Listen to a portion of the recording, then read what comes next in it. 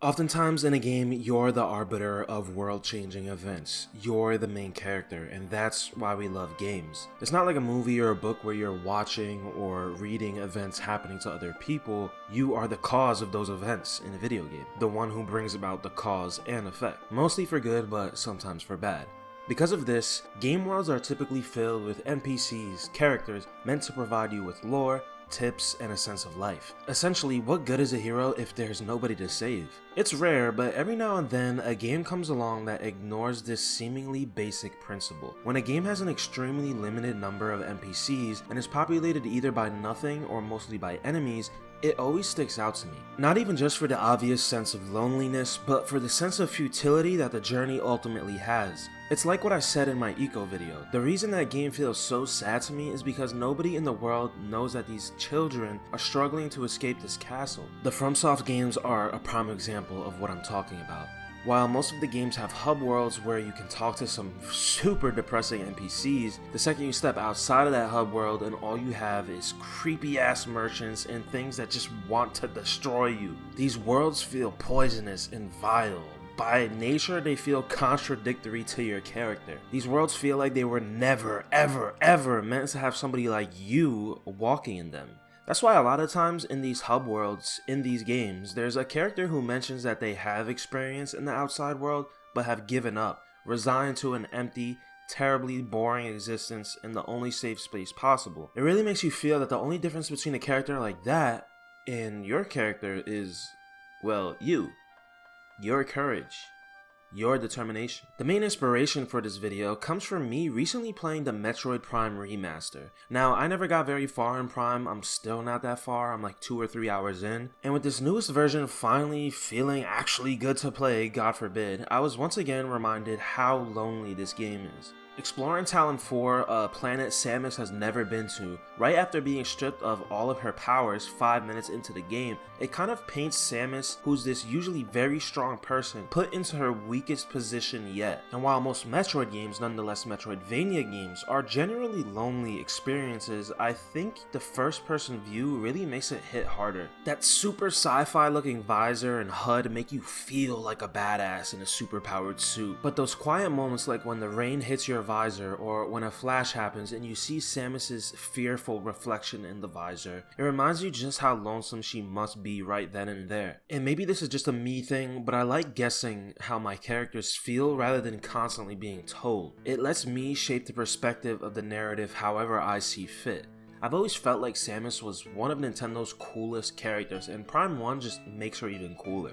Last year was a weird year of gaming for me. I mostly played retro titles and indie games, so I don't have many thoughts on AAA games that came out that year. But one game I do have thoughts on is Ghostwire Tokyo, a game I actually platinumed due to its fun minute-to-minute gameplay and collectathon nature. Ghostwire Tokyo is the epitome of a lonely game. You play as this young Japanese man who can shoot grapple points in the sky, hover in the air for like 7 seconds, and climb most ledges. To me, it honestly felt like an apocalyptic first-person Spider-Man game or something. I really didn't care about the story in this game. I just really loved flying around in this nighttime, raining, abandoned Tokyo. And this is probably the most photogenic video game I've ever played. If you're addicted to looking at real-life Japan pictures like me and seeing interesting things like how their storefronts look, their houses, streets, vending machines, advertisements look, this game is full of that. The main difference here is that there's nobody to talk to except ghosts. There's clothes all over the ground signifying some rapture-like event where everyone was brought to the afterlife, and because of that and many more reasons like details hidden in enemy descriptions, this game is very somber and very lonely, and for that,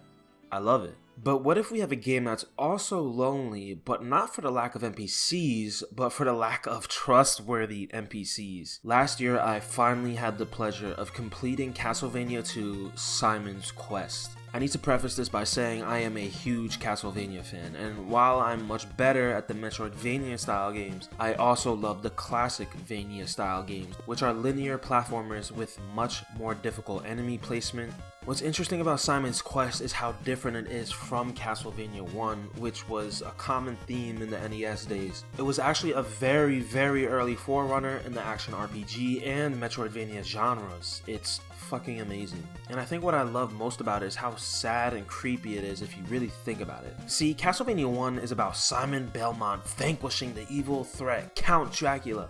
It's very like popcorny, it's very simple, it just makes sense for a video game at the time. But Castlevania 2 actually reveals that Simon didn't kill Dracula properly, and Dracula pulled out some type of blue eyes white dragon Uno reverse card from his back pocket, and he actually cursed Simon before his so-called defeat. So Simon's Quest is literally Simon finding 5 pieces of Dracula's corpse to do some type of ritual to revive Dracula and then seal him away properly to overcome his curse. So not only does Simon have this stench of failure written all over him after his Castlevania 1 adventure, there are some villagers who straight up like Dracula and will lie to you on how to progress in the game, either confusing you or killing you in the process. Now I know this is probably like a monkey's paw thing, like something dangerous to wish for, but I think this is such a cool idea and I can't believe more games haven't used it. Seriously, having some NPCs lie to the player creates this interesting sense of doubt in all the NPCs, and it makes the game feel even lonelier and creepier than it would simply traversing the dungeons or overworld.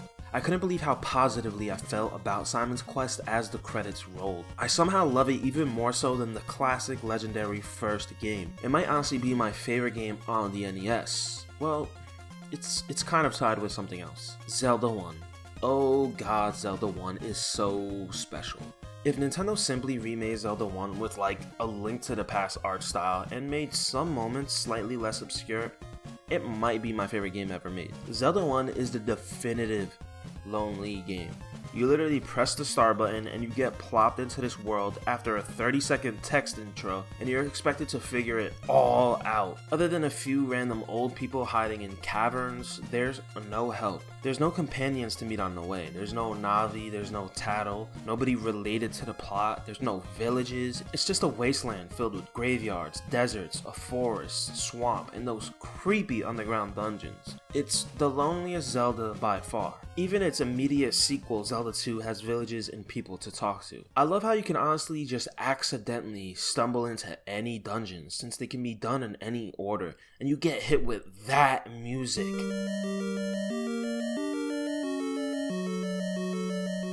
Everything I'm saying is brought to life with this wonderful official artwork. I love how Breath of the Wild took this energy for itself despite having villages. In Breath of the Wild, you can honestly play for multiple play sessions spanning hours and talk to nobody in that game, slowly chipping away progress at saving the world. I don't know, maybe this is me just romanticizing old school game design, but I really just love the idea of a fully developed single player action adventure game where you're just dropped in the middle of nowhere and told good luck. In an age where a lot of modern games usually don't pick up until the 2 to 3 hour mark, or with tons of NPCs dumping lore on you or solving puzzles for you after like 2 seconds of thinking about the puzzle, I just really like the idea of being on your own. If you're like me and you're primarily a single player gamer, then gaming is your time to kind of unwind from people. It's your time to stop thinking about what you're gonna say next or how to act in front of certain people. It's your time to just be you, to be free. And I can't really think of anything that boosts that feeling than a lonely game. Thank you so much for watching. Please don't forget to like, subscribe, comment, maybe share with a friend or two. Thank you very much.